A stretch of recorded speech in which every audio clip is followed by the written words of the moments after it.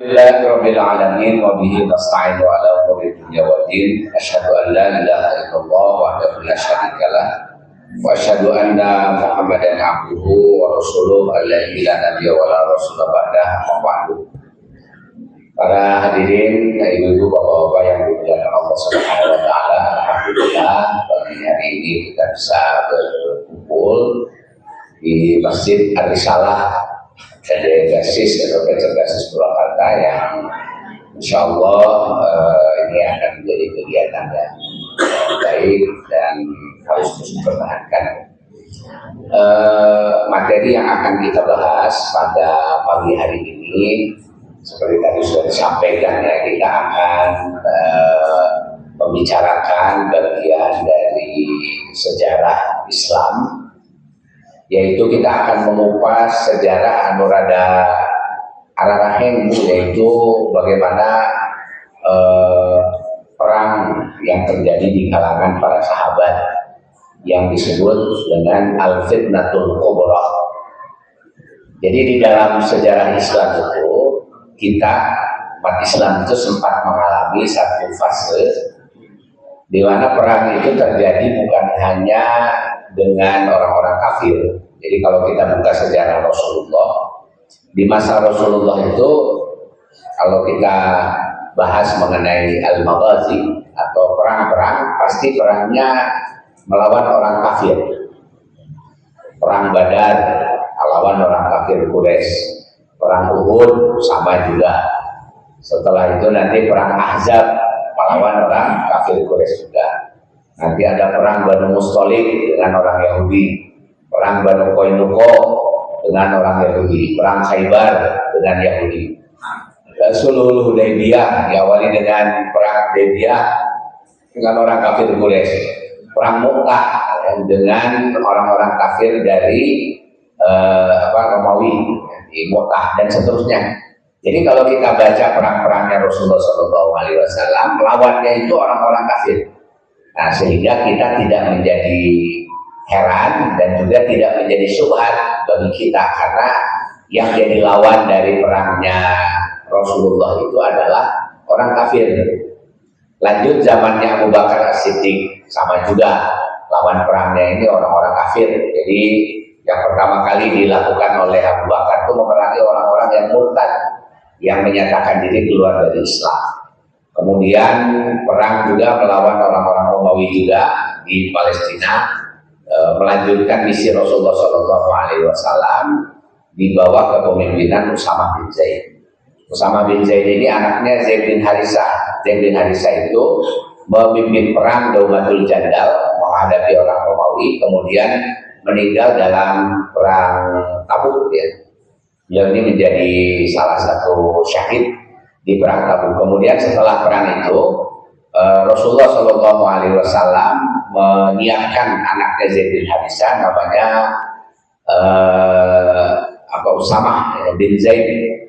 Zaid bin Harisah ini orang yang pertama kali masuk Islam setelah Khadijah, itu Zaid bin Harisah. Kemudian Ali bin Abi Thalib, kemudian Abu Bakar As-Siddiq, karena beliau ini hidup bersama dengan Nabi, jadi dimerdekakan oleh Khadijah, istrinya Nabi, lalu bersama dengan Nabi berada di rumahnya Nabi Muhammad SAW, makanya sangat dekat sekali. Oleh sebab itu perlakuan kepada anaknya Zaid, yaitu Usamah, Rasulullah itu seperti kepada keponakan sendiri, ya, seperti kepada Ali bin Abi Thalib. Makanya Usamah bin Zaid ini dipercaya oleh Rasulullah SAW untuk memimpin perang setelah setelah perang Hunain, akan dikirimkan ke pertempuran menuju ke Palestina. Jadi itu nanti ada tempat sebelum Palestina yang akan ditaklukkan oleh Rasulullah SAW. Tapi sebelum pasukan itu dikirimkan, Rasulullah keburu meninggal dan kemudian pasukannya dilanjutkan. Rencana pengiriman pasukannya itu oleh Abu Bakar As-Siddiq, sampai akhirnya nanti pada masa Umar bin Khattab Palestina berhasil ditaklukkan. Bahkan Umar bin Khattab itu juga berhasil menaklukkan Persia, berhasil menaklukkan Mesir. Jadi tiga tempat yang paling utama, Persia, Mesir dan Palestina di Syam itu ditaklukkan pada masa Umar bin Khattab, sehingga penaklukan Islam itu sangat luas. Musuhnya jelas semuanya orang kafir. Persia, para orang-orang Majusi, para penyembah api, orang-orang di mana itu di Mesir ya, orang Koptik, Kristen, Nasrani, juga demikian di Palestina itu orang-orang Nasrani juga. Nah, tapi nanti pada masanya Utsman bin Affan kita akan mulai satu fase di mana para sahabat itu tidak bertempur dengan orang lain, tapi bertempur dengan sesama sahabat lagi. Nah, itu peristiwanya disebut sebagai al-fitnatul kubra. Makanya namanya fitnah, bukan ghazwah. Perang itu kalau dengan orang kafir disebutnya ghazwah. Ghazwah berarti melawan ya orang kafir. Tapi ketika perang itu terjadi dengan saudara sendiri, maka itu disebut sebagai al-fitnatul kubra. Fitnah yang besar. Nah, dimulai sejak kapan? Dimulai sejak ketika akhir masa kepemimpinan Utsman bin Affan. Nanti sampai kepada berakhirnya kepemimpinan Ali bin Abi Thalib. Utsman bin Affan itu memimpin Madinah, memimpin umat Islam selama 12 tahun. Jadi beliau paling lama di antara Khulafaur Rasyidin, karena Abu Bakar memimpin cuma 2 tahun, Umar bin Khattab memimpin 10 tahun, Ali bin Abi Thalib memimpin 6 tahun. Nah, Utsman bin Affan 12 tahun. Nah, ini kalau Presiden Indonesia 2 periode lebih ya. Nah, jadi kalau Ali bin Abi Thalib itu hanya 6 tahun. Tapi di akhir masa kepemimpinan Utsman bin Affan itu terjadi semacam keributan yang menyebabkan Utsman bin Affan itu terbunuh. Jadi ketika menjelang akhir kepemimpinan Utsman bin Affan, timbul fitnah yang disebarkan oleh kelompok yang disebut dengan kelompok Ibnu Sauda. Ibnu Sauda ini adalah nama yang tercatat di dalam tarikh-tarikh, di dalam sejarah, yang ini nama lainnya atau nama ismul alamnya, kunyahnya ini Ibnu Sauda, tapi ismul alamnya adalah Abdullah bin Sabah. Jadi Abdullah bin Sabah ini adalah seorang Yahudi tadinya, orang Persia. Di Persia itu ya, selain ada orang yang menyembah berhala atau orang-orang Majusi, di sana juga banyak sekali orang Yahudi. Jadi orang-orang Yahudi turunan Bani Israil itu banyak tinggal di Persia. Nah, makanya nanti ada orang Yahudi ketika Persia ditaklukkan ya, rajanya namanya Yazdajir, 2 anak Yazdajir itu nanti dinikahkan salah satunya kepada Husain bin Ali, putranya Ali bin Abi Thalib. Nah, kemudian di antara orang-orang Yahudi itu ada yang sangat dendam kepada umat Islam. Jadi karena mereka kehilangan segala aksesnya kepada kepada Persia ini kan ya, kepada kerajaan Persia. Akhirnya ada yang melakukan intrik, yaitu namanya Abdullah bin Sabah. Dia pura-pura masuk Islam dan kemudian memperkenalkan diri sebagai orang Islam. Di tengah komunitas Islam itu, terutama yang jauh dari Madinah, dia menyebarkan fitnah tentang Utsman bin Affan. Apa fitnah yang disebarkan oleh Abdullah bin Sabah? Pertama, Abdullah bin Sabah ini memfitnah Utsman bin Affan bahwa beliau, Utsman bin Affan, dituduh nepotisme. Kenapa dituduh nepotisme? Karena katanya Utsman bin Affan ini mengangkat saudara-saudaranya menjadi pejabat. Siapa yang diangkat oleh Utsman bin Affan? Yang pertama adalah Muawiyah bin Abi Sufyan. Muawiyah bin Abi Sufyan ini tentu saja anaknya Sufyan, kan? Abu Sufyan. Abu Sufyan itu pamannya Utsman bin Affan. Jadi Abu Sufyan dengan Affan ayahnya Utsman itu kakak adik. Nah, jadi Utsman bin Affan dia mengangkat Muawiyah sebagai gubernur di Damaskus pada masa Utsman bin Affan. Padahal sebetulnya Utsman bin Affan itu hanya melanjutkan saja. Karena yang pertama kali mengangkat Muawiyah sebagai gubernur di Damaskus adalah Umar bin Khattab. Tapi tuduhan yang menyebar, Muawiyah diangkat oleh Utsman bin Affan karena kedekatannya. karena persaudaraannya. Nah, itu tuduhan pertama. Tuduhan yang kedua, nepotismenya ini karena Utsman bin Affan mengangkat Marwan bin Hakam. Siapa Marwan bin Hakam? Nah, ini Hakam lagi ada nama Hakam. Hakam ini adalah pamannya Utsman. Itu dia bersaudara dengan Affan, bersaudara juga dengan Abu Sufyan.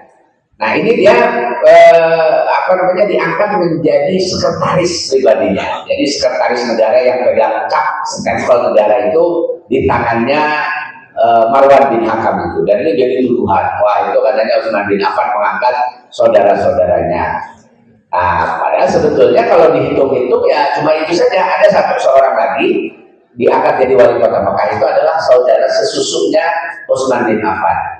Tapi karena cerita ini menyebar sebagai bumbu, ditambah dengan bumbu, ditambah dengan dramatisasi yang seolah-olah Utsman bin Affan ini memanfaatkan jabatannya untuk kepentingan keluarganya. Yang kedua, tuduhan kepada Utsman bin Affan itu, Utsman bin Affan katanya korupsi uang negara. Kenapa? Buktinya adalah Utsman bin Affan itu sering memberi apa saja kepada saudaranya. Jadi kalau ada saudaranya datang ke rumah minta apa, itu selalu dikasih sama Utsman bin Affan. Nah, sebetulnya ini juga tidak terbukti. Kenapa? Dan Utsman bin Affan langsung membantah ini. Dia katakan begini, saya tidak berkepentingan dengan uang negara. Nah, saya tidak sepeser pun mengambil uang negara untuk memberi kepada saudara-saudara saya. Utsman bin Affan itu kan orang baik ya. Sejak tinggal di Madinah, tidak ada orang yang tidak merasakan kebaikan Utsman bin Affan. Jangankan saudara, orang lain pun ya datang ke rumah Utsman pasti dikasih.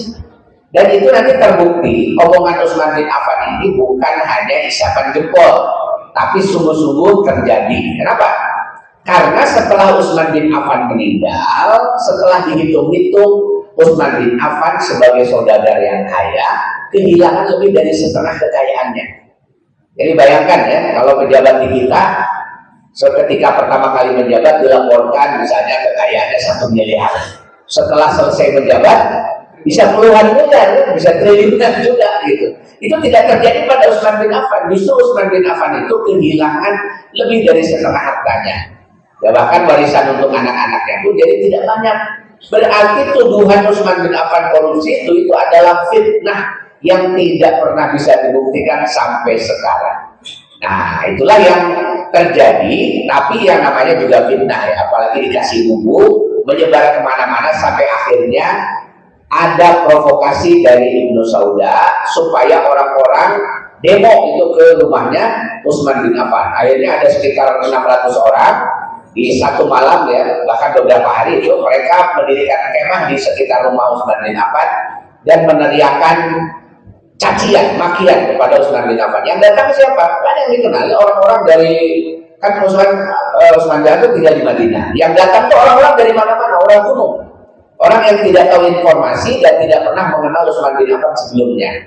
Tapi karena provokasi akhirnya di suatu malam tidak bisa dicegah, ada orang yang mulai melempar batu. Lama-lama bukan batu yang dilempar, lempar tombak, panah dan sebagainya, sampai akhirnya Utsman bin Affan meninggal pada malam itu. Itulah awal fitnah yang terjadi di tengah umat Islam. Kenapa? Karena setelah Utsman bin Affan meninggal, lalu Ali bin Abi Thalib dibaiat sebagai khalifah, mulai terjadi kisruh di kalangan para sahabat. Aisyah, dia bersama dengan Thalhah bin Ubaidillah dan Zubair bin Awwam. Ini orang-orang yang sama-sama dekat dengan Rasulullah SAW. Mereka adalah sabiqunal awwalun minal muhajirin. Mereka adalah generasi awal. Nah, Thalhah, Zubair dan Aisyah, dia meminta kepada Ali bin Abi Thalib supaya segera mengusut siapa yang membunuh Utsman bin Affan dan harus segera dieksekusi. Nah, cuma Ali bin Abi Thalib itu dia bukan tidak tahu siapa yang membunuh Utsman.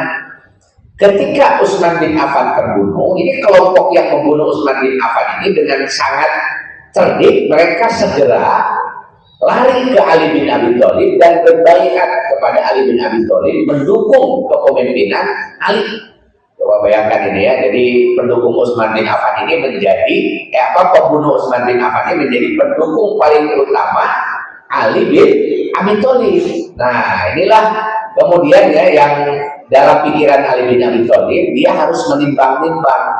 Kalau seandainya para pembunuh Utsman ini dieksekusi, pasti akan terjadi kisruh politik di dalam kepemimpinannya itu. Sebab ini adalah pemegang baiat ini.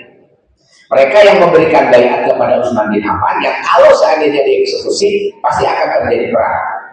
Tapi ternyata justru yang tidak pernah dihitung oleh Ali bin Abi Thalib, rupanya ada yang memanas-manasi kelompok Aisyah, Thalhah, Zubair dengan Ali bin Abi Thalib. Jadi nanti muncul ada orang entah dari mana yang lapor kepada Ali bin Abi Thalib. Ali bin Abi Thalib menerima laporan bahwa Aisyah, Thalhah, dan Zubair ini sedang bersiap-siap untuk melakukan penyerangan karena Ali bin Abi Thalib tidak segera mengeksekusi para pembunuh Utsman bin Affan gitu. Nah, sedangkan ke pihaknya Aisyah, Thalhah, dan Zubair, ada juga orang yang tiba-tiba memberikan laporan. Katanya Ali bin Abi Thalib sudah siap-siap akan menyerang Thalhah, Zubair, dan dan Aisyah karena dianggap telah berani melanggar atau tidak taat kepada Ali bin Abi Thalib. Nah, akhirnya karena ada fitnah adu domba ini ya dari orang-orang yang ternyata setelah dilihat, setelah nanti para sejarawan meneliti siapa yang memberikan informasi kepada Ali maupun kepada Aisyah, ternyata ini adalah orang yang membunuh Utsman bin Affan.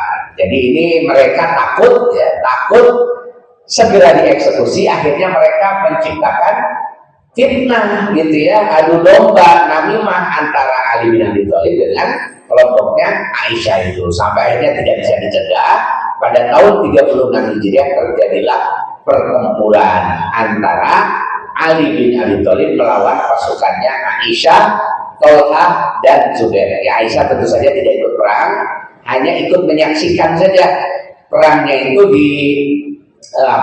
disaksikan oleh Aisyah, dan Aisyah menunggang unta. Nah, maka disebutlah perangnya itu sebagai perang Jamal. Ini perang pertama yang terjadi cukup besar dan bahkan korban di antara kedua belah pihak juga tidak bisa dicegah. Thalhah dan Zubair terbunuh di dalam pertempuran itu. Nah, kemudian pertempuran berhenti setelah didamaikan oleh beberapa sahabat yang tidak ingin, terus-menerus terjadi pertempuran itu. Kemudian setelah itu, setelah terjadi perang Jamal ini rupanya nggak selesai, Pak. Nanti ada lagi pihak yang tidak puas dengan keputusan Ali bin Abi Thalib, yaitu Muawiyah bin Abi Sufyan. Bahkan Muawiyah ini ancamannya lebih serius. Muawiyah ini gubernur di Syam, gubernur di Damaskus. Muawiyah mengatakan bahwa saya tidak akan memberikan baiat kepada Ali bin Abi Thalib sebelum Ali menyelesaikan urusan hukum para pembunuh Utsman bin Affan. Wah, ini ancamannya lebih serius, karena kalau tidak memberikan baiat artinya apa? Artinya nanti Madinah jadi negara sendiri, Damaskus jadi negara sendiri, itu bisa pecah dua negara. Gitu, karena baiat belum diberikan kepada kepada Ali bin Abi Thalib. Sebetulnya Ali sudah berusaha untuk mengganti posisinya Muawiyah di Damaskus itu. Dia sudah mempersiapkan penggantinya, tapi ternyata penggantinya Muawiyah di Damaskus itu tidak lebih kuat. Jadi ketika datang ke sana, dia tidak mendapatkan dukungan dari orang-orang Damaskus, karena orang Damaskus sudah sangat percaya kepada Muawiyah. Akhirnya balik lagi kan gitu. Nah, inilah dilemanya Ali bin Abi Thalib, sampai kemudian Ali menyatakan bahwa Muawiyah telah gugur. Hukum gugur di dalam Islam, siapa yang dinyatakan gugur maka boleh diperangi. Sampai akhirnya kemudian timbullah perang antara Muawiyah dengan Ali, namanya perang Siffin. Itu terjadi pada tahun 37 Hijriah. Nah, perang berkecamuk dengan sangat sengit, tapi para sahabat yang berusaha untuk mendamaikan keduanya terus berusaha sampai akhirnya terjadi namanya tahkim. Tahkim ini arbitrase, gencatan senjata di antara Ali bin Abi Thalib dengan Muawiyah. Tapi pada saat gencatan senjata itu yang terjadi adalah tidak pernah terjadi kesepakatan Muawiyah berbaiat kepada Ali. Artinya apa? Status quo. Madinah tanpa Damaskus, Damaskus dia tidak ikut ke Madinah. Jadi ya dua negara kan gitu ya pada saat itu. Nah, cuma waktu itu tentu saja Ali bin Abi Thalib setelah perang Siffin itu, para pembunuh Utsman ini dia sangat takut ini dengan posisinya Muawiyah kok jadi berdamai ini dengan Ali bin Abi Thalib. Mereka takut dieksekusi, akhirnya mereka keluar dari barisannya Ali dan bahkan berbalik memerangi Ali bin Abi Thalib. Nah, disinilah muncul kelompok yang disebut dengan Khawarij. Kenapa disebut Khawarij? Karena mereka ini adalah orang yang keluar dari barisannya Ali bin Abi Thalib. Kemudian kenapa orang Khawarij ini dianggap sebagai orang yang sesat? Gitu. Jadi yang pertama kali kesesatan di dalam Islam itu muncul dari orang Khawarij ini. Kenapa? Karena orang Khawarij menganggap bahwa orang yang berdamai atau yang memusuhi Ali sebelumnya ya, itu dianggap sebagai orang kafir. Sekarang Ali berdamai dengan orang yang dikafirkan oleh orang Khawarij ini. Maka kata orang Khawarij, Ali bin Abi Thalib telah kafir gara-gara dia berdamai dengan Muawiyah. Kita bisa bayangkan ya, sahabat Nabi selevel Muawiyah dan Ali bin Abi Thalib dikafirkan oleh orang dari kelompok disebutnya Haruriyun waktu itu ya. Ya, Haruriyun itu kalau di sejarah tidak disebut Khawarij, tapi disebutnya orang Haruro. Jadi Haruriyun. Nah, jadi kekafiran kesesatannya orang Khawarij ini disebabkan karena dia mengkafirkan orang yang masih sholat, orang yang masih sahur, orang yang masih menjalankan ajaran-ajaran Islam. Itu kan tinggalin masih kena ke masjid, kan tinggalin kena masih baca Quran, dia masih sholat, dan itu dikafirkan oleh orang Khawarij gara-gara alasan apa? Gara-gara urusan politik. Nah, makanya hati-hati ibu dengan politik itu, karena politik itu kadang-kadang ya, kalau sudah sedang berkonflik dalam urusan politik, itu sekurang sudah mah letah ke diwengku, nanda, daerah ketulangan, bibir ke diwengku, bibir ke diwengku, letah ketulangan. So kadang-kadang sangeunah nawe kebetul kan gitu. Beda pilihan politik apa nih mak kafir dengan dukung pemimpin kafir kan gitu. Padahal di dalam Islam itu tidak ada kaidah takfir mengkafirkan orang lain hanya gara-gara pandangan politik. Apalagi politik termasukkan di bab muamalah itu. Muamalah itu dalam kaidahnya adalah al-aslu fil muamalati al-ibahah. Atau dalam bahasa lain al-aslu fil asya al-ibahah. Al-aslu fil muamalah al-ibahah. Asal di dalam muamalah itu sebetulnya semuanya serba boleh. Kemudian urusan muamalah, gitu kan? Al-aslu fil muamalah manutun bil maslahah. Jadi urusan muamalah itu nanti pertimbangannya adalah pertimbangan al-maslahah, naon anu hade gitu ya, yang berguna untuk masyarakat, mana yang yang kira-kira madorot itu harus disingkirkan, yang baik diambil. Makanya yang namanya muamalah apalagi politik itu basis atau dasar pemikirannya itu adalah al-masolih, kemaslahatan, lain dalil. Karena tidak ada dalil yang solid tentang masalah politik. Contoh misalnya begini nih, soal pemilihan pemimpin. Bagaimana cara memilih pemimpin itu? Apakah memilih pemimpin itu boleh ditunjuk atau harus dipilih secara secara musyawarah misalnya begitu ya, pemilihan umum dan sebagainya. Nah, sekarang pertanyaannya, adakah dalil yang memerintahkan bahwa memilih pemimpin itu harus begini? Ternyata tidak ada. Gitu. Nah, oleh sebab itu memilih pemimpin itu landasannya adalah al-masolih. Apa yang maslahat? Maslahat itu untuk siapa? Tentu saja untuk yang memilihnya. Kira-kira yang memilih itu inginnya seperti apa? Yang dianggap layak baik supaya apa? Supaya pemimpin bisa diterima sebagai pemimpin. Karena yang paling penting pemimpin dengan masyarakat itu adalah soal keberterimaan, pemimpinan ridho gitu ya. Dia memimpin dan yang dipimpinnya juga itu dipimpin oleh si A si B itu. Itu nanti digambarkan kalau di dalam syariat sholat, seorang imam itu harus diridhoi oleh makmumnya. Jadi kalau ada imam yang maksa dari makmum di imaman ku eta itu imamnya jadi makruh walaupun tidak jadi batal sholatnya kan gitu ya. Tapi imam yang tidak disenangi itu, misalnya ya imamnya jual kahareup kayak gitu ya, ada tinggu mah hayang we imaman teh. Makmumna geus emungeun di imaman ku eta itu sholatnya makruh ya. Imamannya makruh. Tidak dianjurkan walaupun dari sholatnya mah sah wae gitu kan.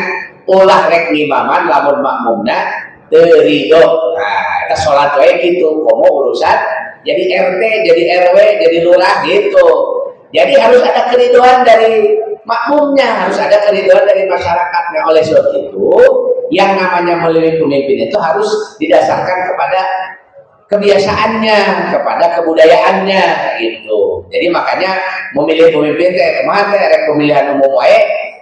Misalnya ini pemilihan umum milih presiden, ahli dona cenah pemilihan umum, tapi cek masyarakat teh daripada hamur duit pemilihan umum geus lah ke DPR misalnya. Kalau ridho begitu tidak apa-apa. Yang penting pemimpin yang dihasilkan oleh proses itu harus diterima oleh masyarakat. Atau misalnya lebih murah lagi seperti di Saudi. Nah di Saudi mah milih pemimpin teh gampang, kudu pemilu. Lah dia tahu ya ditunjuk raja sebelumnya gitu. Raja sebelumnya tunjuk. Masyarakatnya ridho tidak. Kalau masyarakatnya ridho maka tidak masalah, dan itulah yang disebut dengan al-masolih di dalam politik. Yang penting apa? Yang penting pemimpinnya diterima, hasil kepemimpinannya baik, dan dia memberikan maslahat kepada masyarakat gitu. Nah itu makanya di Quran itu tidak ada tata cara pemilihan, karena etama sifatnya al-masolih. Ini yang al-masolih begini oleh orang Khawarij dijadikan sebagai alasan untuk mengkafirkan orang yang oleh Allah dipastikan masuk surga. Coba bayangkan, Ali bin Abi Thalib itu adalah orang yang dipastikan oleh Allah, dijanjikan oleh Allah masuk surga. Dikafirkan, kita pusing Khawarij. Kira-kira nu kafir sah. Ya, kan gitu. Nu kafir sah kan gitu. Ini orang masih sholat gitu gara-gara beda pilihan politik, kasih mah kafir jadi gara-gara pilih si anu. Tidak ada urusan dalam politik itu. Mengkafir-kafirkan dalam perkara politik. Nah makanya dari sinilah nanti mulai muncul fitnah itu, muncul yang namanya Khawarij karena dia mengkafirkan Ali bin Abi Thalib gitu. Tapi setelah akhir Ali bin Abi Thalib dia sibuk menghadapi orang-orang Khawarij ini. Jadi sejak tahun 38 itu di mana-mana orang Khawarij ini berontak. Di sini berontak. Oh saja itu pemberontakan terjadi di mana-mana sampai Ali bin Abi Thalib bersumpah bahwa dia akan mengejar orang Khawarij itu bahkan sampai ke lubang-lubang biawak, dia akan cari di mana ada Khawarij. Nah, maka di akhir kepemimpinan Ali bin Abi Thalib ini, Ali bin Abi Thalib banyak disibukkan dengan perang melawan Khawarij. Sampai akhirnya akhir kepemimpinan Ali pun harus meninggal di tangannya orang Khawarij. Siapa yang membunuh Ali bin Abi Thalib? Yang membunuh Ali bin Abi Thalib itu namanya Abdurrahman ibnu Muljam. Siapa Abdurrahman ibnu Muljam ini? Ya pengikut Khawarij. Bagaimana karakternya, sifatnya? Abdurrahman ibnu Muljam ini adalah seorang penghafal Al-Quran. Bayangkan, ngabunuh Ali teh hafal Quran, Pak. Jadi jangan dibayangkan Abdurrahman ibnu Muljam ke preman gitu ya. Preman bertato gitu. Lah itu Abdurrahman ibnu Muljam ke hafal Quran. Dan itu digambarkan kalau kamu melihat sholatnya Abdurrahman ibnu Muljam, kamu malu tuh. Sholatmu itu nggak ada apa-apanya. Dia itu bisa sholat malam panjang sekali. Dan kalau dia baca Quran itu bisa seharian baca Quran kan gitu. Jadi kalau kamu membandingkan ibadahmu dengan ibadahnya Abdurrahman ibnu Muljam, ibadah mana yang mau naonan. Jadi artinya dia ini adalah orang yang ibadahnya sangat luar biasa. Nah, ada orang model begini, tapi ternyata dia terprovokasi oleh ideologi ajaran semacam Khawarij ini yang akhirnya mudah mengkafirkan sesama Muslim. Gitu. Nah itulah saya kira yang disebut dengan akar kesesatan di kalangan umat Islam itu ketika mulai muncul takfir itu. Di kita juga sama, Pak, kan gitu ya. Jadi kalau ada aliran-aliran sesat di mana-mana, kata kuncinya satu. Cik kafirkan jalma, rata-rata mengkafirkan orang. Dulu misalnya, kenapa LDII disesatkan? Ya? Karena dia mengkafirkan orang yang tidak masuk dalam jamaahnya. Gitu. Jadi disebutkan dalam orang Islam jamaah, sampai sekarang mereka menyebutnya Islam jamaah. Jadi kalau ada di dalam jamaahnya masuk surga. Karena katanya 73 golongan pengikut Nabi Muhammad itu 72 masuk neraka, yang masuk surga cuma satu. Siapa? Ya mereka ini Islam jamaah itu. Jadi berarti eta numaran Persis, Muhammadiyah, NU dan sebagainya terkasum karena anu 7 anu hiji, dia maksudnya 72 jadi kami asup neraka. Coba bayangkan itu ya, ibu-ibu nusok ngaji kene poe Ahad dia asup neraka kabeh. Padahal apa masih kena sholat, Senin lamun keur purun puasa gitu.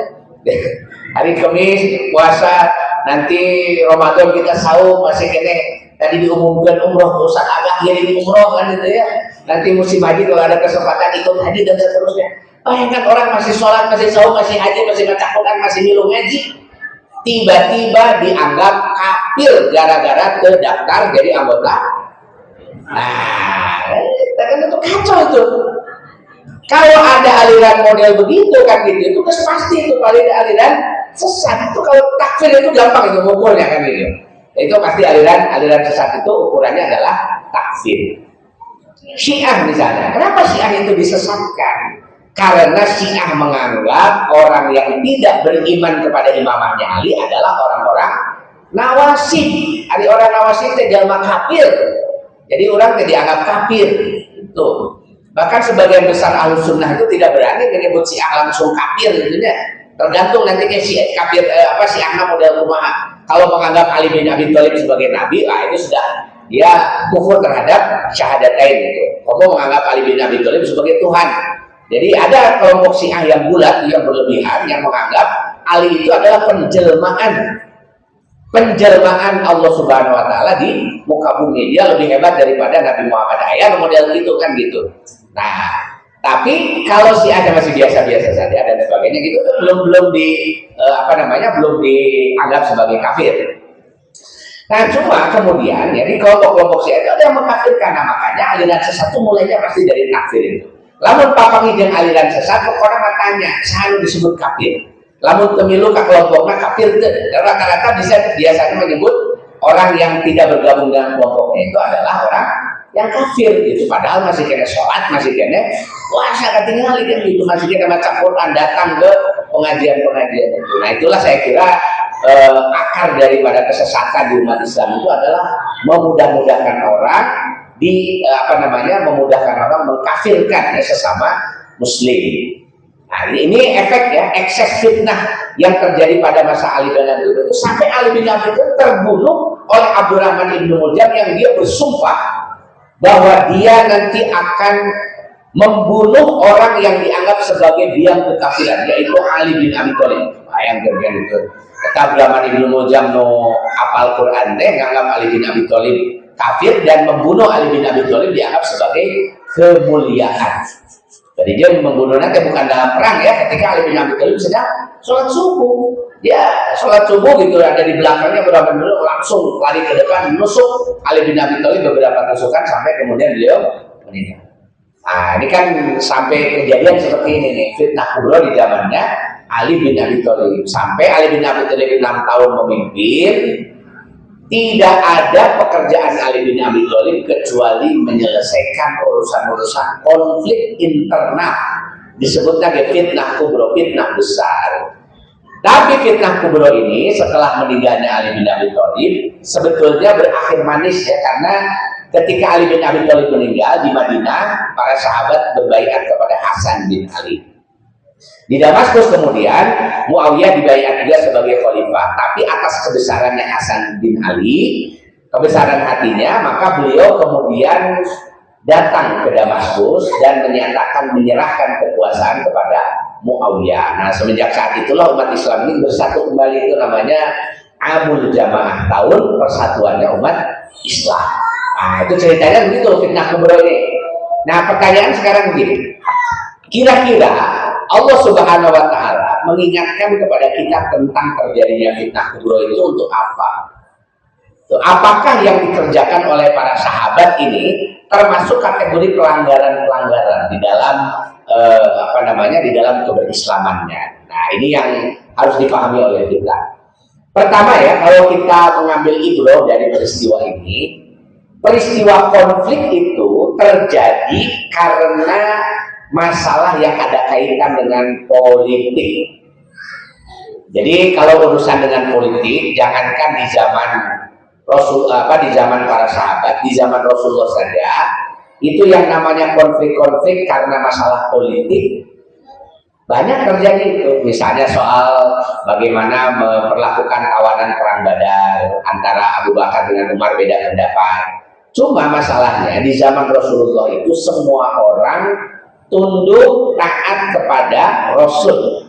Nah, sehingga apapun yang diputuskan oleh Rasul diikuti, sehingga konflik itu bisa dikurangi. Nah, makanya pelajaran utamanya adalah di dalam masalah urusan kekuasaan, dalam masalah urusan politik, kalau kita mau menyelesaikan masalah politik, maka di antara yang harus kita pegang adalah ketaatan kepada pemimpin.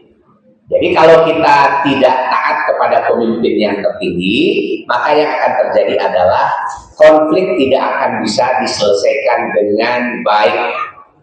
Nah, jadi kita memang harus berhusnuzon kepada imamah, kepada imarat, kepada pemimpin di dalam masalah penyelesaian konflik itu. Jadi kalau konflik terjadi di bawah, misalnya kalau ini misalnya dari PC nih konflik, angkatlah ke PD. Kalau percaya kepada PD lalu diputuskan, sudah taat saja. Insya Allah saya kira konflik tidak akan meluas.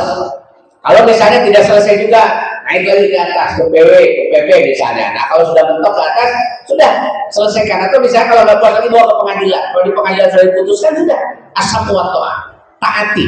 Nah, biasanya kalau proses-proses keputusan di dalam masalah politik ditaati hierarki kepemimpinan itu biasanya akan selesai. Apa yang menyebabkan konflik tidak selesai? Nah, itu terjadi pada zamannya Ali bin Abi Thalib, yaitu ketika Ali yang sudah dibaiat jadi khalifah tidak ditaati oleh Muawiyah. Jadi makanya banyak orang menyalahkan Muawiyah, Aisyah, Tolha, Zubair. Kenapa sampai harus tidak taat kepada pemimpin? Padahal husnuzon saja.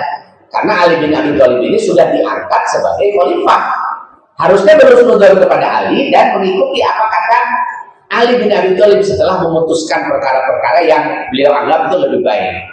Cuma persoalannya tadi itu biasanya orang-orang kalau punya kekuasaan, ya, jadi misalnya Muawiyah ini punya kekuasaan, dia memimpin di Damaskus, kadang-kadang suka adu tawar gitu, ada apa namanya bergaining politik di situ. Kalau bergainingnya tidak ketemu, itu biasanya akan terjadi konflik yang berkepanjangan. Kalau sama-sama punya kekuatan bersenjata, maka ujungnya pasti akan terjadi perang.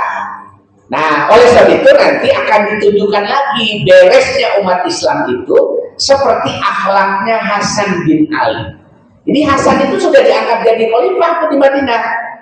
Tapi beliau ini karena cucunya Rasul, ajaran dari Rasul sangat nempel kepada Hasan bin Ali, dia juga melihat pengalaman di zamannya Ali bin Abi Thalib ayahnya, ya umat Islam mau menuturkan ego untuk akan beres-beres. Akhirnya Hasan bin Ali dalam waktu 3 bulan saja dia meyakinkan orang-orang di Madinah bahwa dia akan menyerahkan kekuasaan kepada Muawiyah. Nah, jadi ketika kekuasaannya sudah diserahkan kepada Muawiyah, kepemimpinan tunggal ada di tangan Muawiyah, umat Islam jadi beres. 20 tahun di dalam kepemimpinan Muawiyah itu umat Islam mengalami kemajuan yang sangat pesat. Jadi kalau ibu bapak pernah mendengar hadis tentang satu tahan Konstantinia, nanti Konstantinopel itu akan ditaklukkan. Nah, gitu ya. Dan yang menaklukkannya itu adalah panglima yang terbaik dan pasukan yang terbaik. Nah, itu hadis ini diriwayatkan oleh Muawiyah. Kenapa diriwayatkan oleh Muawiyah? Karena Muawiyah lah yang pertama kali mengirimkan pasukan untuk menaklukkan Konstantinopel. Jadi Muhammad Al-Fatih cuma sudah sudah kesekian puluh kalinya. Karena Konstantinopel itu diserang berulang-ulang. Kalau dari zaman Muawiyah sampai ke zaman Muhammad Al-Fatih, jarak waktunya 800 tahun. Yang pertama kali mengirimkan pasukan Muawiyah. Yang dikirim menjadi panglima pasukannya adalah Yazid bin Muawiyah, anaknya sendiri. Gitu, kirim sebagai pelatihan kepada anaknya, sok kirim pasukan. Kemana itu? Ke Konstantinopel. Karena dari Damaskus ke Konstantinopel memang jaraknya tidak terlalu jauh. Jadi Konstantinopel itu kan ada di perbatasan Anatolia. Jadi Anatolia, Damaskus, jadi Damaskus, Anatolia, nah baru Konstantinopel. Anatolia sebelumnya sudah ditaklukkan oleh oleh pasukannya Muawiyah, tinggal masuk ke Konstantinopel itu, dan itu dikirimkan pasukan Yazid bin Muawiyah. Ada sahabat yang ikut di sana, namanya Abu Ayyub Al-Ansari. Nah, Abu Ayyub Al-Ansari sampai meninggal karena waktu itu ketika menyerang pertama kali Konstantinopel usianya 79 tahun. Tapi saking semangatnya, walaupun sudah sangat sepuh, dia ikut ya, dan sakit di setelah penyerangan itu dan meninggal di sana.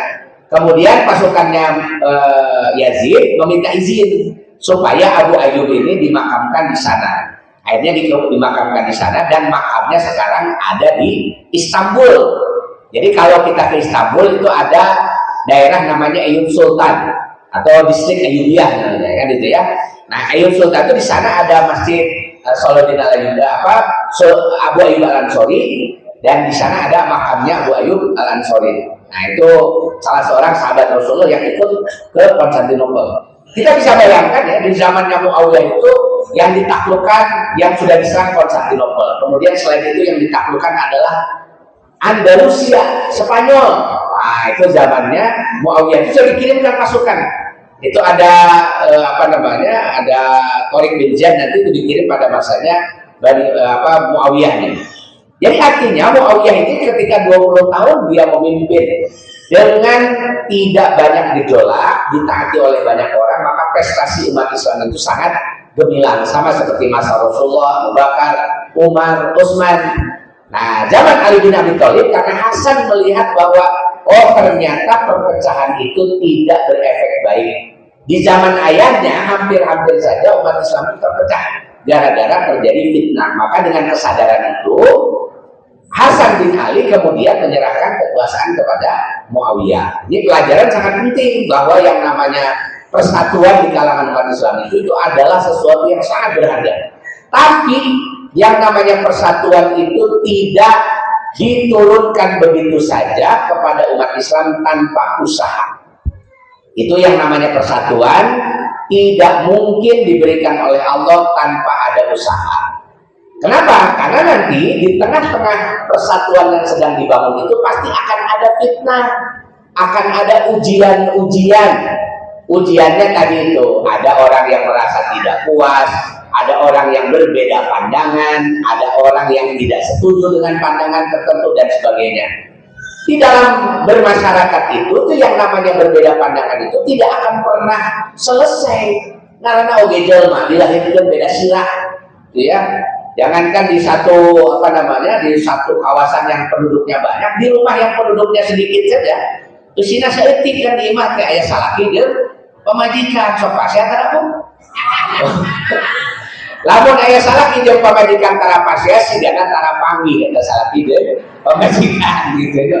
Jadi di Amerika, jadi di Mekah moal pasea pun gitu. Dan tara panggih gitu, lamun panggih unggal bae mah pasti pasea gitu.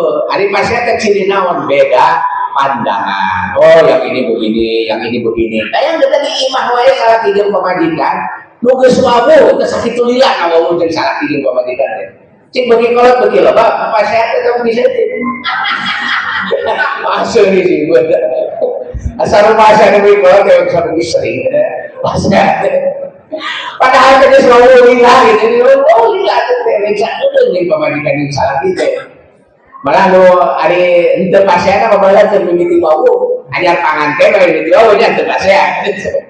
Nah, tapi setelah lama kenal, justru situ tantangannya. Hidup bermasyarakat itu karena banyak kepala, banyak pandangan, banyak keinginan, maka potensi konflik, potensi perpecahan itu selalu ada. Kayak tantangan nanti. Makanya yang namanya persatuan itu harus diusahakan. Itu lain sesuatu yang pada umat Islam yang langsung bersatu itu kan belum tentu. Kita ada di jamiah namanya persatuan Islam, otomatis bersatu semua, belum tentu juga. Itu karena yang namanya keinginan manusia itu pasti ada beda-bedanya. Nah, oleh sebab itu kita harus mempelajari bagaimana caranya supaya kita bisa mempertahankan persatuan itu. Nah, jadi yang namanya jamaah itu adalah sesuatu yang diusahakan. Makanya ada hadis Nabi, alaikum bil jamaah wa iyyakum wal firqah. Kalian harus berjamaah, jangan berpecah belah. Maka kalau orang sabar tidak berjamaah pasti berpahala. Kenapa berpahala? Itu sabar. Coba ibu kalau tidak sabar dengan suaminya, suami tidak sabar dengan istrinya, kan bener walilah, rumah tangga itu banget kan gitu. Kenapa? Karena tidak sabar. Takut lawan rumah tangga disebut ibadah panglilah-lilah. Nah sabar kurang deh. Sabar dalam jangka waktu yang sangat panjang itu. Makanya yang punya istri itu pasti pahalanya banyak gitu ya. Mana ini pahalanya kunaon sebab kudu sabar ning harepan pamajikan gitu ya. Yang punya suami pasti juga pahalanya banyak karena dia harus sabar menghadapi suaminya gitu. Jadi semuanya harus serba sabar. Kalau tidak sabar mah saya dah mali atur rumah tangga teh bahasa tidak boleh. Makanya yang dapat mempertahankan rumah tangga itu bukan yang lain kecuali niat di dalam rumah tangga untuk apa? Ibadah.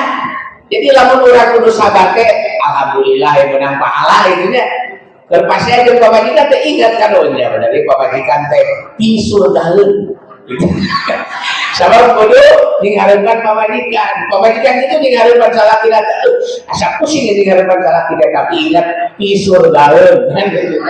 Akhirnya sama-sama bersabar dan sama-sama mendapatkan pahala itu. Cok dalam untuk itu mah susah kita tuh mau mempertahankan rumah tangga dengan apa? Apakah akan ada rumah tangga yang bertahan misalnya karena suaminya ganteng, istrinya cantik? Oh, alhamdulillah, kecantikan itu ada batasnya. Lamun gelis ditepoi ugal-ugal nah lila-lila jadi goreng. Gitu.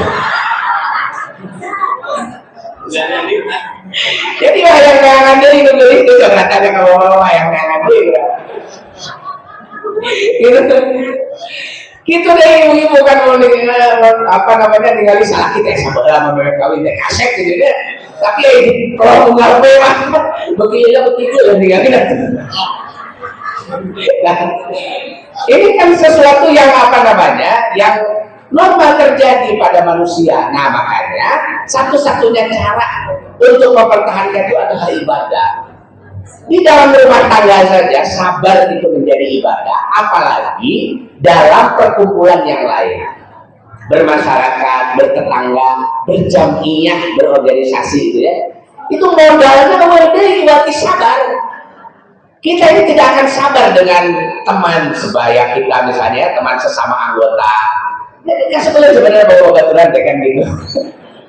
Moga atasan kok yang atasan deh di kerjaan anu kan gitu. Dia seolah-olah tidak ada yang cocok dengan pikiran kita. Nah itu betul gitu ke orang deh. Gitu. Jadi lamun orang atasan cek anak buah kayak kebalik moga atasan deh gitu. Kalau dengan teman kerja sama kan gitu, tidak puas juga dengan kita itu. Jangan merasa kita sebagai apa namanya kalau jadi pengurus organisasi merasa wah pekerjaan kita akan diridhoi banyak orang itu tidak. Sama orang lain juga harus sabar menghadapi kita itu. Sama seperti kita juga harus sabar menghadapi orang lain. Itu makanya kata kuncinya alaikum bil jamaah. Pertahankan al jamaah wa iyyakum wal firqah. Gitu. Nah makanya anasir-anasir di dalam mempertahankan al jamaah tadi itu harus diusahakan. Sampai kita harus belajar bagaimana efek dari berfirqah, bagaimana efek dari berpecah belah, efek dari tidak bersama dan seterusnya kan gitu. Itu satu sama lain nanti akan saling belajar dan semakin kita belajar dengan kunci kesabaran, maka insya Allah itu akan menjadi kekuatan. Sebab ketika umat Islam itu bersatu, itu saya kira tidak akan bisa dikalahkan oleh siapapun. Kelemahan umat Islam itu bukan karena ada musuh dari luar, bukan. Tapi kelemahan umat Islam itu ketika umat Islam tidak mau bersatu. Sebab dan mengalemahkan umat Islam pasnya di antara umat Islam kene itu bukan dengan orang kafir. Orang kafir mau menang wae. Maka orang kafir itu berusaha bagaimana caranya umat Islam teh ulah hariji. Dibikin aja ini dengan ini pasea kan terus saling serang sampai sibuk dengan teman-temannya sendiri dan melupakan musuh yang sesungguhnya. Nah ini kan yang jadi yang jadi pelajaran saat beragama itu Hasan bin Ali tahu betul 6 bulan dia 6 tahun dia menghadapi situasi fitnah kubra yang dihadapi oleh ayahnya. Pelajarannya sangat besar dan betul-betul dipegang oleh Hasan bin Ali ini sampai dia memberikan kekuasaan kepada Muawiyah. Itu artinya apa? Hasan ini sabar dia punya potensi untuk jadi orang terhormat, jadi khalifah, tapi tidak terlalu penting untuk dirinya sendiri. Dia lebih mementingkan kepentingan umatnya, ini yang harus didahulukan. Nah, sehingga maslahat itu terlihat nyata setelah Muawiyah dia mendapatkan kekuasaan itu. Yang kedua, ini pelajaran yang paling penting yang perlu juga kita pahami adalah yang namanya realitas politik itu adalah realitas konflik. Jadi kalau para analis sosiologi itu kan dia mengatakan begini, yang namanya komunitas politik itu adalah komunitas konflik karena setiap orang membawa pandangan yang berbeda-beda. Yang ini pandangannya begini, yang ini pandangannya begini, ini pandangan begini. Makanya setiap keputusan politik itu kalau di dalam teori namanya adalah agregasi kepentingan. Jadi kepentingan banyak orang, keinginan banyak orang dihijikan sampai terjadi yang namanya konsensus. Jadi konsensus itu adalah buah dari politik, dari kekuasaan. Makanya kalau di dalam politik terjadi konflik, ulah aneh. Jadi kita ini jangan menganggap bahwa konflik di dalam politik ini sesuatu yang KLB itu kejadian luar biasa. Cipang milarikan di mana politik nu eueun paseana. Nah, cipanengan kena itu nggak ada ya sepanjang kita misalnya sok inget ini ayah politik di Indonesia gitu ya. Tahun sabaraha misalnya maksudnya gini, Bapak Ibu ketika ingat dan sadar tentang realitas politik itu ketika umur berapa? Katakan saja umur ketika SMA lah gitu ya, umurnya belasan tahun, 16, 17 tahun. Zaman Orde Baru, kira-kira zaman Orde Baru bahwa politik para sehat. Paseanya kumaha paseana petilu jeung Golkar jeung PDI. Wah, sampai ada peristiwa namanya kuda tuli. Nah, tak kuda tuli deh. Kudeta 27 Juli. Wah, itu kan baheula itu Megawati di kudeta pusaka. Usuliani itu, nah, tahun sebenarnya 80 genap ya, nah, itu 96 itu, ramai kan bahwa ayah non itu Mega Bintang, wah ya Megawati juga, Sri Bintang Pamungkas, nah, itu ada yang ininya apa, promotornya itu musik Sangindo dari Solo, nah ya bapak-bapak ada di ngerti itu, ayah Mega Bintang, ramai itu kan awal-awal reformasi begitu. Ribut, cik eta ti mimiti Bapak ingat tahu urusan Mega pas ya itu Soeharto gitu, nepi ka ayeuna eureun teu pas ya. Jangan, nah sebenarnya politik asli ini udah politik mah memang tepatnya jelma parasia, mata parasia itu lebih ame bae karena politik. Ame naon tah supaya yang namanya kepentingan keinginan itu ada salurannya gitu. Jadi kalau kita punya keinginan, bawa dia sampaikan di dalam forum politik. Lalu di forum politik parasia ulah aneh. Naon sababna sabab can pernah aya forum politik nu eueuh paseana. Berarti kalau begitu pasea dina politik urusan ada. Biasa saja, maka lamun Bapak Ibu kira-kira can kuat di hadapan parasia, ulah hayang jadi politisi. Hari Ustad mapan biasanya gini hadapan jamaah gitu, kalalem, caricing, dan ada yang jadi anggota dewan. Maka kalau kita diizinan kan gitu, aneh Ustad mah. Ulah karena Ustad bisa terbuat di hadapan jamaah, no? Pasti akan gitu deh, karena politik mah tuh, wah luar biasa bu, pasti ada deh, gitu. Dan yang namanya pertikaian, konflik di dalam politik itu adalah sesuatu yang normal gitu. Jadi malah kalau nggak ada konflik jadi aneh karena ini harus ada kepentingan. Maka siapapun yang akan masuk dalam dunia politik dia harus sudah siap itu menghadapi berbagai konflik. Jadi pasnya itu perlu dianggap bumbu sama poin. Oh pasnya saya harus santai kan gitu jadi semua emosi. Jadi pasnya itu dianggap dia nanti asal nempo sandiwara gitu.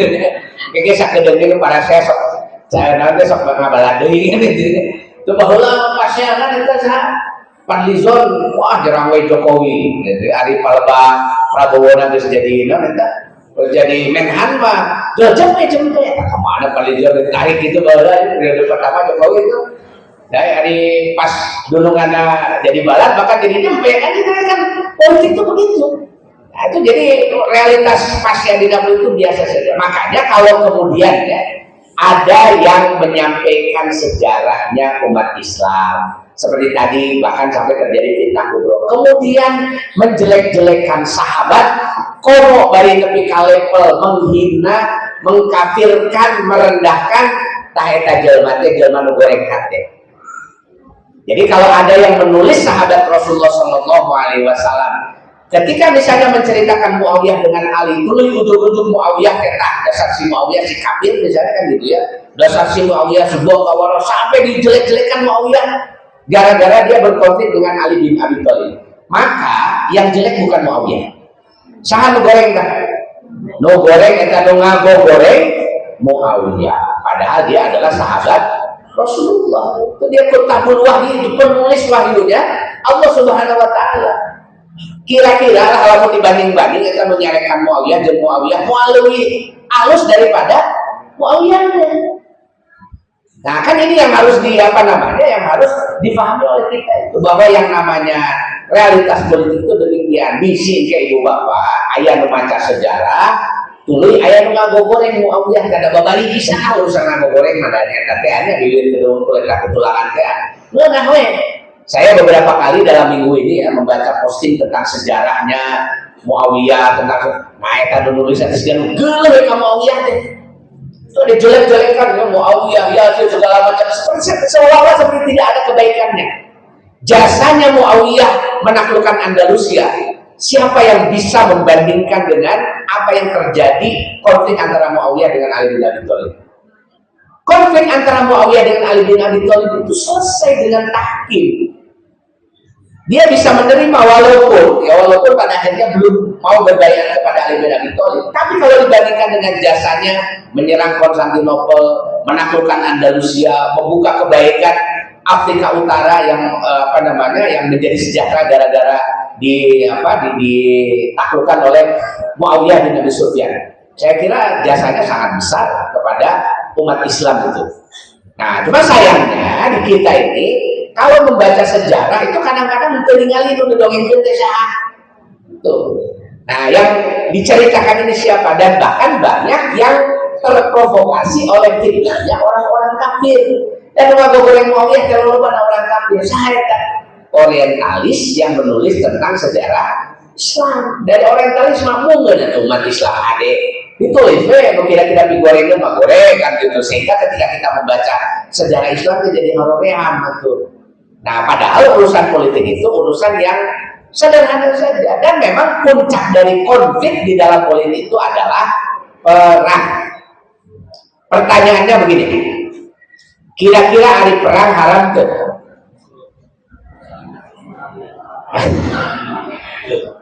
Perang haram tidak? Tidak ada ya di dalam Quran yang mengharamkan perang. Kunaon lamun aya perang sok dicarekan. Apa itu haram? Haram mana perang jeung judi? Haram mana perang jeung zina?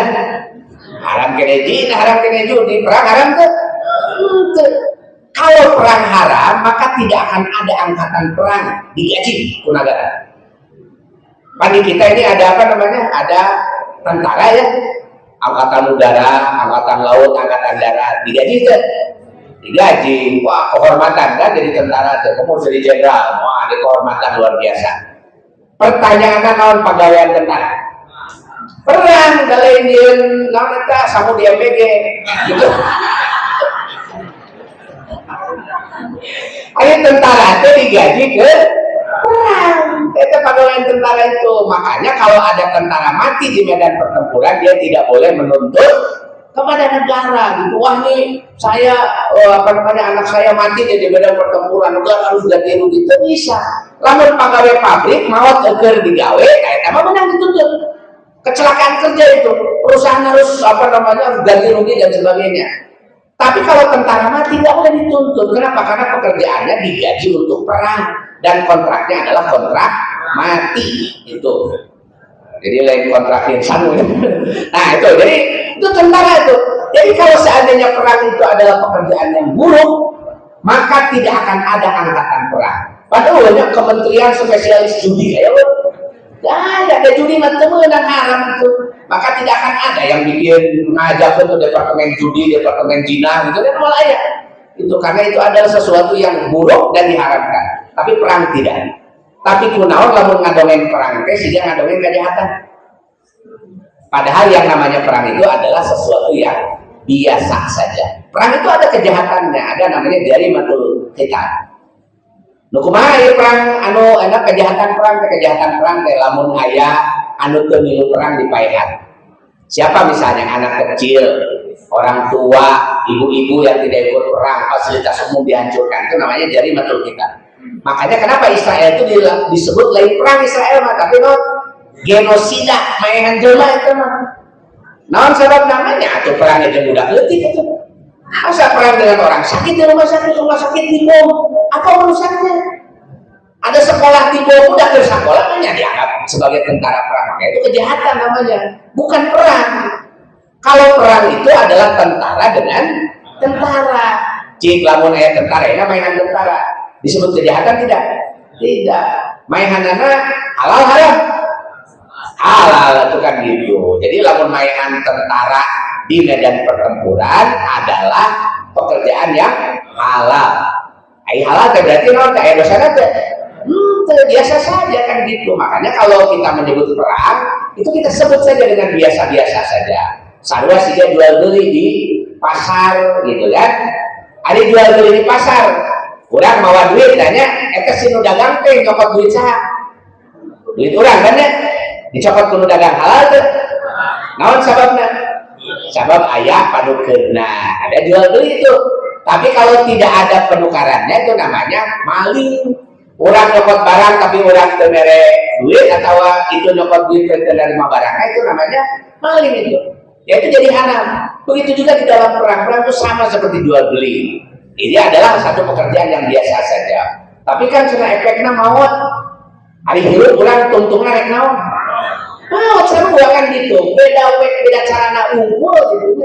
Aya nu maut pas perang, aya nu maut pas ke di WC. Sarua maut nama, yang mau di rumah sakit gitu ya. Itu kematian itu bukan sesuatu yang bukan sesuatu yang luar biasa. Itu ada semua orang itu akan mati gitu. Jadi kematian dipercepat atau diperlambat itu urusan Allah Subhanahu wa taala, bukan urusan kita. Nah, oleh sebab itu ketika menceritakan perang, mestinya kita itu menceritakan sebagai sesuatu yang biasa. Apalagi di dalam Islam ada perintah umat Islam itu kudu siap perang. Naon dalilnya Allah memerintahkan wa'iddu lahum mastata'tum min quwwatin wa min ribatil khairi turhibuna biha wallahu aduwakum. Jadi kata Allah Subhanahu wa taala wa'iddu lahum mastata'tum. Kamu harus bersiap-siap untuk menghadapi musuh-musuhmu. Jadi persiapan perang teh wajib, boga tentara teh wajib, boga senjata teh wajib gitu ya. Walaupun wajibnya jadi kifayah. Jadi kalau tentara dia harus disiapkan perang, kudu sering latihan perang. Maka temenang kayak tentara tinggal wae tentara budaya wah dia itu perlu keluar itu dari divisi tentara itu kan gitu. Kumaha ya tentara budaya itu diajak lompat kalah. Abul katema paeman kan itu kan kaci itu. Jadi tentara itu harus posturnya harus bagus, dia harus siap tempur. Terus kudu minang latihan perang keur naon? Turhibuna biha adu wallahu anwakum. Kudu katingali ku batur sangkan batur sieun. Jadi yang namanya perang ini kan gitu. Jangan ditunggu perangnya, tapi kudu didagang sieuna. Jalma teh gitu ketika perangna terjadi. Jadi lebih penting kena latihan perang daripada perangna. Lebih penting kena nemongkeun tah ya, kita punya senjata ini, punya senjata ini. Kenaon supaya eueuh nu ngadieun ngaganggu lamun eueuh ngadieun jadi perang teh. Tidak akan jadi perang. Itu namanya turhibuna biha aduwallah wa aduwakum gitu. Kenapa nggak ada yang berani nyerang Korea Utara? Nggak ada yang berani nyerang Pakistan. Ada dekat ya Pakistan Korea Utara. Bukan nuklir. Gitu. Jadi Jerman kan mikir lah yang Korea Utara bisa hancur bebarengan kan gitu ya. Kan gitu terjadi perang itu jadi bisa dipakai nyingsiran Jerman. Nah itu pentingnya kenapa kita ini harus beli alutsista, alat utama sistem pertahanan. Jadi beli senjata tuh lah kamu kan sok beli pesawat di mana si Ade, kemudian beli apa persiapkan supaya itu perang. Itu dan jamaah lemah mah pasti bakal ditindas. Kenapa Israel berani nyerang Gaza? Hanya hewan lemah, tapi Tuhan dia nyerang Pakistan Tuhan dia. Kenapa dia nyerang Iran? Kira-kira gitu kan. Nah, berarti kesekanya hewan. Oh Iran sakit buatnya. Itu udah ukur itu. Jadi yang besar-besar kekuatannya Amerika, malah nih ujung-ujung perang dengan Cina, sana jangan tegang gitu ya, paling perang dagang lah gitu ya. Itu perang diskon kan itu mah tutup selator usaha kayak gitu gitulah. Jadi perang langsung macam karuhan panik sama belakon dua nader perang antara Amerika dan Cina, wah itu bakal terjadi kerusakan yang sangat dahsyat besar karena dua-duanya punya persenjataan gitu. Jadi senjatanya sebenarnya dia lagi ke perang, perang supaya terjadi perang. Nah itulah makanya kenapa disebut di Quran itu falaula daf'ullahin nasabahum libadin lafasadatil ardu. Jadi jelmatnya lamun jadi adu-adu mah itu negara itu bakal hancur, negeri itu akan rusak. Nah di Indonesia gara-gara perang wae maka yang terjadi adalah kerusakan, Pak. Ini Quran loh, Pak. Laula daf'ullahin nasabahum libadin lafasadatil ardu. Seandainya ini sekelompok orang tidak diadukan dengan kelompok yang lain, maka lafasadatil ardu, terjadilah kerusakan di muka bumi. Kapan Aceh beak kita? Kamari Aceh kan apa namanya? Banjir ya, hutannya ditebang segala macam. Kapan itu terjadi, Pak? Ketika berhentinya perang antara GAM dengan TNI itu, dengan perang beak Aceh. Kenapa bisa begitu? Nah kan ini kan rahasia Allah Subhanahu Wa Taala. Memang orang itu harus punya kekuasaan di belakang itu ya. Harus ada yang bisa menjaga pertahanan. Sebetulnya yang harusnya mempertahankan daerah itu kepala daerah, gitu kan? Dia harus punya pertahanan, mempertahankan daerahnya dan sebagainya. Punya kekuatan politik, kekuatan militer dan sebagainya. Itu supaya tidak terjadi kerusakan gitu. Tapi di urang aku sabab kurang lemah, maka akhirnya kerusakan itu terjadi di mana-mana gitu. Lihatlah Freeport puluhan tahun kan itu kita cuma dapat kerusakannya, tapi kita nggak bisa apa kenapa? Karena kita tidak bisa bernegosiasi. Jadi batur negosiasi teh mawa becek, urang mah mawa peso-petok. Kumaha tuh negosiasi kan itu bisa mana cicing kan gitu. Makanya ngakeun digoro-gorokeun gitu. Kacau itu kan gitu ya. Nah, makanya ini menjadi sangat penting. Kenapa Islam itu mengingatkan tentang perang? Karena itu adalah tabiat manusia. Gitu, dan Allah Subhanahu Wa Taala sudah merancang perang ini sebagai sesuatu yang halal dan dia akan menjadi salah satu penyelamat manusia. Gitu. Tapi kita dikampanyekan oleh orang-orang Barat, sekuler tentunya kudu salian perang oleh negara itu. Wah, janganlah perang segala macam. Itu kalau anu perang umat Islam teh tuluy nonton. Wah, terbalik kita ngadain perang. Bari dia pakai yang manehna enggak perang. Coba Amerika itu adalah negara yang sampai hari ini sejak 100 tahun yang lalu tidak pernah ada perang. Kapan Amerika berhenti perang? Gak ada. Amerika itu tidak pernah berhenti perang sejak Perang Dunia Pertama, bahkan sebelumnya. Jadi artinya setelah lebih dari 1 abad, Amerika itu tidak pernah sehari pun berhenti perang. Kan memangnya perang di Afghanistan. Afghanistan geus menang, pindah ke mana ya? Gaza, Palestina. Dengan perang dengan Iran. Memangnya Irak dengan Iran. Memangnya dari Vietnam. Sebelumnya lagi, perang wae Amerika di mana-mana itu. Kenapa dia harus perang terus? Sebab dia harus sejahtera. Maka salah satu caranya adalah bagaimana dia bisa mempertahankan perang supaya boga duit wae. Nah, sebab boga duit wae, sabab numpang lobanan yang senjata adalah Amerika. Jadi bisnis mana nama perang teh ya, anu meuli senjata itu kan pabrik senjata moal poe di dia nu meuli. Kumaha carana provokasi sok tak perang aneh kan gitu. Perang dia perang teh itu bikin perang proksi, perangnya batu, provokasi seletik, berbagai mau beli senjata, kan gitu. Pada di perang mana beli senjata, batu. Kan kacau tuh. Tapi ya begitulah itu realitas. Kan kadang-kadang umat Islam itu menjadi umat yang dayus, tidak siap dan tidak berani menghadapi perang. Padahal Rasulullah 2 bulan sekali perang. Kan 8 tahun Rasul di Madinah itu, ya dari mulai tahun kedua sampai tahun ke-10, Rasul melakukan perang 74 kali. Bagi beda 8 tahun, berarti sebulan setengah kan, sebulan setengah perang. Rasul dan para sahabat tuh masyarakat yang siap perang, makanya wa'idullahu masatautum. Syariah zaman itu Rasul tuh. Banyak perang yang Rasul datangi, terus perangnya. Kenapa? Karena takut seperti terjadi pada Futuh Mekah. Rasul mau pasukan, bikin strategi yang baik, perang Mekah kecil dan itu. Karena sudah berkali-kali perang dengan Rasul yang baik. Itu akhirnya sudah menyerah Abu Sufyan kan gitu. Futuh Mekah itu tidak terjadi pertumpahan darah. Kemudian nanti perang yang lain juga sama, banyak perang yang tidak terjadi perang. Kenapa? Karena Rasul sudah siap untuk perang. Jadi nanti siap perang, bakal siap perang dia akan bisa bertahan. Itu pentingnya ya, pelajaran tentang bagaimana konflik-konflik di dalam itu terjadi, dan itu kita jangan menganggapnya sebagai aib, sebagai sesuatu yang buruk. Nah salahnya kita sudah termakan oleh isu bahwa yang namanya perang itu selalu buruk dan goreng kan gitu. Nah itulah yang saya kira yang perlu diperbaiki di kita semua. Nah mudah-mudahan melalui melalui kajian ini kita bisa disadarkan ya bahwa ternyata persoalan-persoalan perang ini adalah persoalan yang biasa saja di dalam Islam, dan bahkan kita harus memberi perhatian kepada persoalan perang-perang ini, karena memang perang adalah bagian dari peradaban manusia yang digunakan untuk menciptakan kedamaian dan kemaslahatan di muka bumi ini, bukan untuk menghancurkan dan membunuh orang.